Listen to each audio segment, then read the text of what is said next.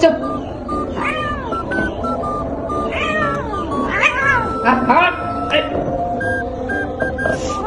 জুসিকে brush করতে নিয়ে juicy হইলো অনেক রাগ।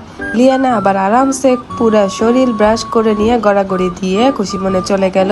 চেরিকে ব্রাশ করতে নিয়ে বিরক্ত করলো শোলে বাচ্চারা। তো প্রথমে শুরু করেছিলাম কলিয়াকে দিয়ে, কলিয়া থেকে শুরু করে নিয়েছিলাম কারণ কলিয়া ওখানে আরামসে বসেছিল। তো ফার্স্ট আমার শিকার ছিল কলিয়া।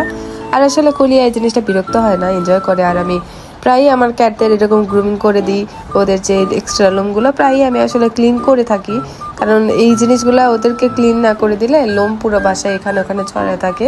তো এটার কারণে আলগা লোমগুলো তাদের উঠে যায়।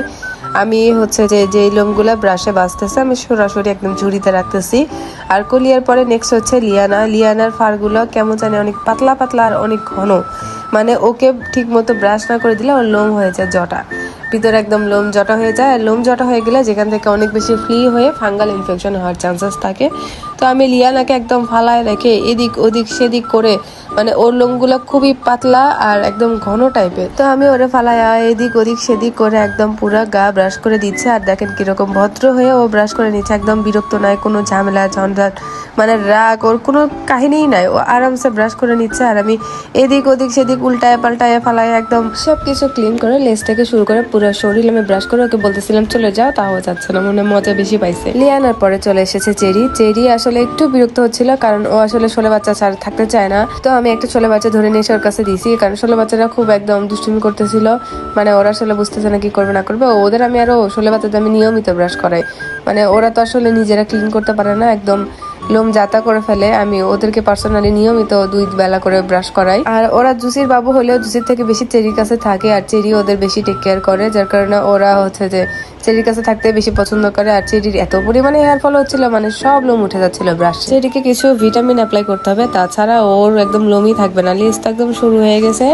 দেখা যাক এরপর ওরকে একটা ব্যবস্থা নিতে হবে। আর আমি সাথে সব সময় ঝুড়ি রাখতেছিলাম, কারণ লোম ওঠার সাথে সাথে আমি সেটা ঝুড়িতে রাখতেছিলাম। তারপর চলে আসি জুসির কাছে। সব থেকে বেশি খারাপ ব্যাপার করেছে জুসি এত পরিমাণে রাগ হচ্ছিল, কারণ ও আসলে বলি না সুন্দরীরা ঢঙ্গি বেশি হয়, এটা হচ্ছে তার নমুনা। জুসি এত পরিমাণে অহংকারী হইছে, বাবারে বাবা।